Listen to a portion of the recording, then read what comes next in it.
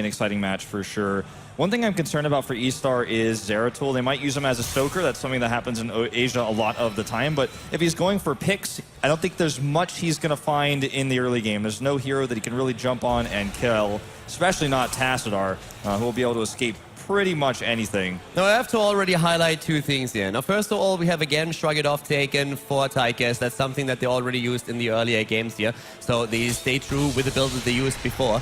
And Falstad, to me, he's going for the auto attack build, and I absolutely love this decision. It is great, and the amount of damage that he can get out of Falstad is spectacular, especially with him having a lot of targets at the front line. Yeah. So we're going to have a little bit of a battle here between Sign and Xiaotu. Xiaotu baiting him, though, and Sign is going to get punished. He does toss away, but will be killed. And that's a really nice move you can do in lane, is just to make your opponent think, okay, he thinks he can beat me 1v1 as Zeratul, and the rotation comes in, and there's the punish. But it was a pretty cool dodge attempt that he had there. It was very well done. In the end, he dies anyways, but he at least did it looking really good. Yeah, I mean, that was the best he could have done there, but his death was inevitable yeah, at the end of the day. In the end, it was, yeah. By the way, you know, the Falstad damage build is really cool when you are going to be using him primarily to just kind of sit and soak, and that's something that we see in this map a lot of the time with Falstad. Any big map, this map, Sky Temple. And later on in the game, once he has his attack speed, you can do massive amounts of damage to both Murden and Sonya, you know, once he levels things up. He gets the Giant Killer, for example, as well. It's going to amplify the damage. Yeah, and especially when we're talking eStar, they love their damage. They've shown that several times. Also, Hammer gains on Falstad, of course, is a great talent on 4. And if you then go for the secret weapon on 7, you get a lot on there. Yeah, I'm really curious to see if they will do that, because it's something that we see in Asia every now and then, where even though you go for the Season Marksman, you do kind of do a little bit of a hybrid build. Yep. And I do think on this map, though, secret weapon, I'm a big fan of it, and I'm hoping we see that, but only time will tell. Good timing here. Get on the camps. A bit of a difference. We're having a Siege Giant camp taken for eStar, whereas MVP Black goes straight for that hard camp. They're going for the night camp. Now, oftentimes the idea is, of course, you take the Siege Giant camps when the 2 tributes spawn, or you try to time it with them, and one team is going to get a bit lucky because you will have the tribute spawn at the other end of the map, so your own camp is going to do a whole lot more, and that's exactly what happens currently for eStar Gaming. Very good spawning position for them. Yeah, Master Warblade coming out for Zeratul, which is going to give him a lot of extra sustained damage in longer fights, but they will have to keep him alive for that to gain value. So just something interesting to point out. Tribute going to spawn up here in the top lane, and Tassadar, Falstad, and bot. Luckily for Falstad, he can fly. Tassadar cannot. So this is going to be a tough tribute for MVP Black to deny. Yeah, and they have to keep Tassadar at the bot lane as well, so because that camp is going to do a solid amount of damage. Tassadar is rotating now, though, and we have Falstad there up at the top. On the other hand, Shao T had to jump out on his Zeratul, but look at Tigers, the Renegade. Oh my god. And here comes Falstad. ETC goes in, Falstad is back, Tribute is channeled, and they go for the kill now. They grab the kill onto Rich right away. As you can see, going to have to escape. Sake is going to go down. Meriday is not safe either. He does get away, and CCC going for the chase as well. And this is the power of Falstad on this map. You force Tassadar to stay on there, and he just rotates faster. And Tigers with the balls of steel. Did you see that? Like, he was basically dead in the waters, and he just turns around again. It's like, oh, wait a second, I'll take that second kill too. Yeah, he had no fear there. And this is putting eStar closer to 7. And yeah, they will have to deny these Giants. They did take a lot of ammo damage here. But again, getting closer to Curse Point, having 7 first, and Falstad getting so many stacks already on his marksman. Now, there's already quite a few things to talk about. Not only the level lead that we currently see for eStar, but let's talk about those level 4 for a moment.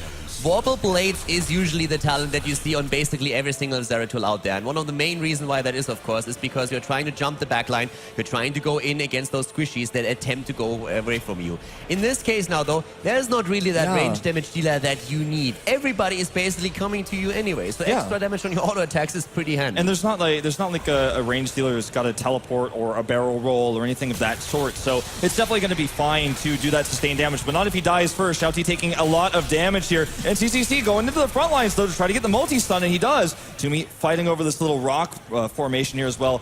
Looks like they're just going to give this tribute away. They still have Falstad. He can fly up to the top lane and get that extra EXP. It's still very interesting to me that they actually let it go, because they are their talent ahead, so they actually have a bit of an advantage going into the fight itself. They were kind of low in experience already on Zeratul, which was a problem. Toomey at the bot lane now, though, on the other hand. And we're still seeing up at the top, Rhaegar now taking his place to make sure that they catch the entire wave as Rich is pushing the lane.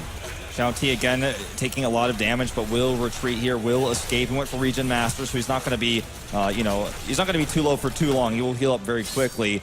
Looks like he's actually going for a little bit of pressure on Rich. Again, here's the bait. This is something that Asian players do all the time. He's going to try to bait in the solo lane, and then Xiaoti's going to come in for the kill. Let's see if Rich falls for it. Xiaoti is very low though, and that Sonya is still strong. I want to touch upon one talent change, by the way. We've seen already Greymane played earlier by eStar, and they went for the Wizened Duelist on level 7 for the extra damage. Now a way more passive choice here for Saki. He goes for the Quicksilver bullets for the increased attack range in human form, which is a lot of safety that you get. It's a bit of a quality of life improvement that you have, and on 20 you get insane value out of it because you can go for the splash damage. Exactly, so, and it's just going to give you a lot more poke, and this map is the map you want that on. Exactly, it's one of those talents that helps you early on already a little bit, but once that you reach 20, it's not something that just relies on 20 completely, but once you hit that extra level, you can get so much more out of it.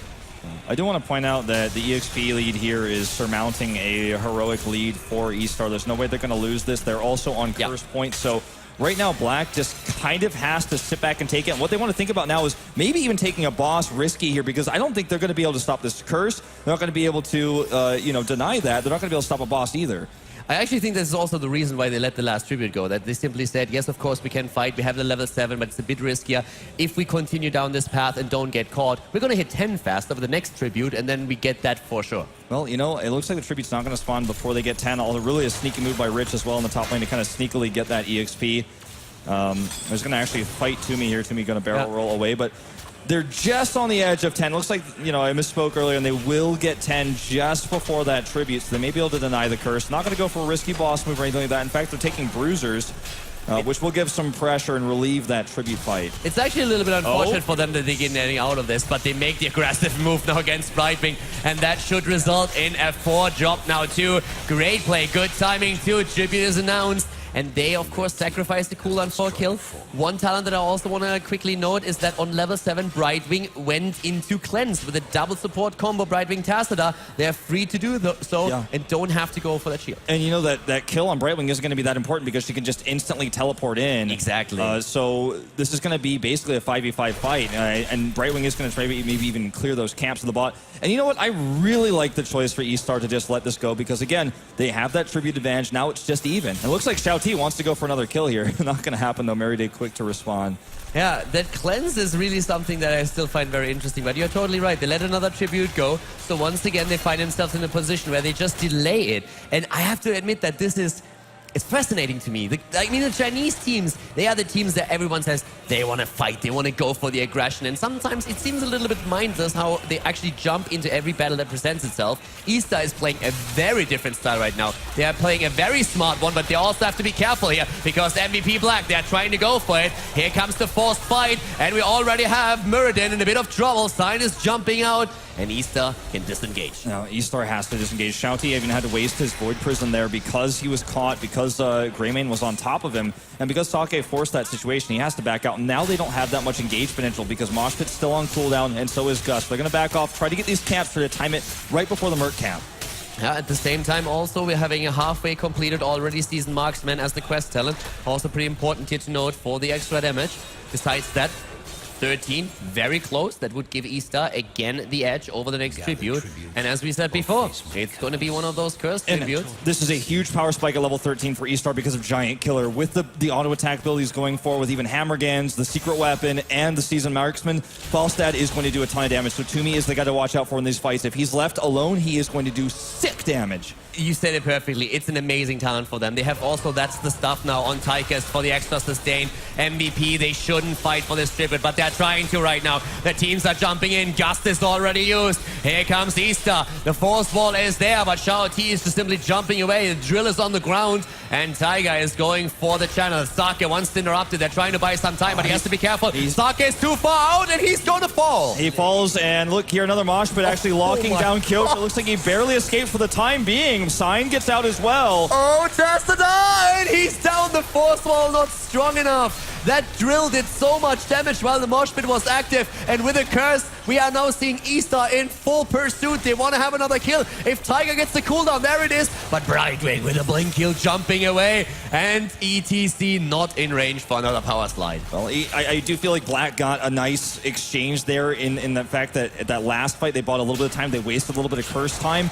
But I think the better choice would have been just split, soak, and try to get EXP and just accept the fact that they were going to have to be cursed. Because a talent level down, especially versus the build we're seeing from Falstad, and even you mentioned Tychus, that's the stuff on 13. Just so dangerous to take a fight like that, a talent tier down. They may punish Toomey here, though. A bit of an overextension. Toomey is going to fall, but still, Boss is now attacked. And it's actually very interesting to me. First of all, I found it very curious that MVP really tried to interrupt the tribute this hard. Especially the engagement from Greymane that we saw. There was just a bit too much. But now, eStar, they go for 2 forts, which is great, but they are still losing a bit of momentum that they are trying to get with that curse. Yeah, they are, you know, they're fighting a 4v5 if they do fight for this boss, and MVP with that kill, just on Falstad alone, on Toomey, basically made it so, yeah, okay, we can actually deny this boss. We are down in levels, but we're on the same talent tier. We're on, you know, cursed point here. I feel like taking this boss was greedy, but MVP Black getting that kill allowed them to stop it. And it wasted the entire curse. That curse was very low impact for eStar. Well, they had actually they had 2 forts, so I feel like in terms of like pushing lanes and gaining map control, it helped them. But you're totally right that they were, unfortunately for them, not able to get that boss. I feel the boss was more one of these attempts. If they don't check, we get it. Yeah. Like that, we don't risk too much. We can actually play this. What I find quite interesting at the same time, though, is that when we're looking at kills alone, it's 6 kills against 1, and it might actually be 7 as they're going for Brightwing. And oh my god, Brightwing has absolutely no chance. Yeah, there were no minions for her to blink teleport to, so no blink heals there, and they just simply grabbed the kill. Now, they were in position to grab her and grab this boss, whichever came first. With the kill here, it's going to be hard to deny, especially because level 16 is just now hit for eStar. I think a fight here for MVP Black would be a mistake. That would be horrible. There's Mighty Gust as well. You're never going to steal that boss. There's absolutely no chance. If Falstad flies in, on the other hand, he could try, and Gust doesn't do that. They get the isolation. The Void Prism is up. ETC is waiting for it. They're going to go in for the kill against Sign. They're waiting for a long time with his stun, trying to isolate, and Sign goes down. That's a great kill. Oh my god! Against 3, 1 down. They break through the wall. NCC is blood in the waters. They're trying to go deep, and the boss is already rushing through the bot lane, straight for the keep. And Rich was pushing the top lane throughout all of this. He wasn't even here. It looks like they want to grab the kill onto Kyocha. It's not going to happen, but that Mosh is so powerful right now. They have a boss pushing this lane. We're 12.5 minutes into the game. Only 20 seconds respawn timer on Greymane, but they're going hard here. They want more kills. They want to try to end this now. eStar, they're so aggressive right now. They want to go for Rich. They go for Rich. They go for it. They take down Sonya. Oh, no, Sonya is down. Meriday jumps away with a blink kill, but they're attempting to go for a core. eStar, they see that they have an opportunity to end the game right here. The talent advantage is still there. The boss on half health. They go for the core. Here comes the stun once again as Greymane is back to business. And they're targeting down the core. 60% here. There's so much damage on this team. Even with the shields going on the core, it looks like that is going to be game here. eStar ties it up 1-1. eStar with the victory. It's the 1-1. And we have a tie, ladies and gentlemen. The winners match in Group A. It couldn't get better. MVP on map number 1 with a dominance. Right now, on the other hand, eStar, the Chinese team, paying them back in kind. I feel like MVP Black made a lot of rotational mistakes in that game. They got punished hard, and eStar never let up. They took their advantage and ran with it. Their patience from the Chinese team, aggression, that is their key moment. They always go for the aggressive moves, not so this time. When they saw a kill, they took it. But besides that, they played very, very patient. Absolutely beautiful performance that we've seen on their part. Absolutely an insane game, and this, you know, maybe the best series of the tournament we've seen. Hell yeah. So far. But before we talk about it too much more, let's throw it over to Kendrick and Jay. I'm trying to contain my excitement, and let's see what they have to say about that previous game.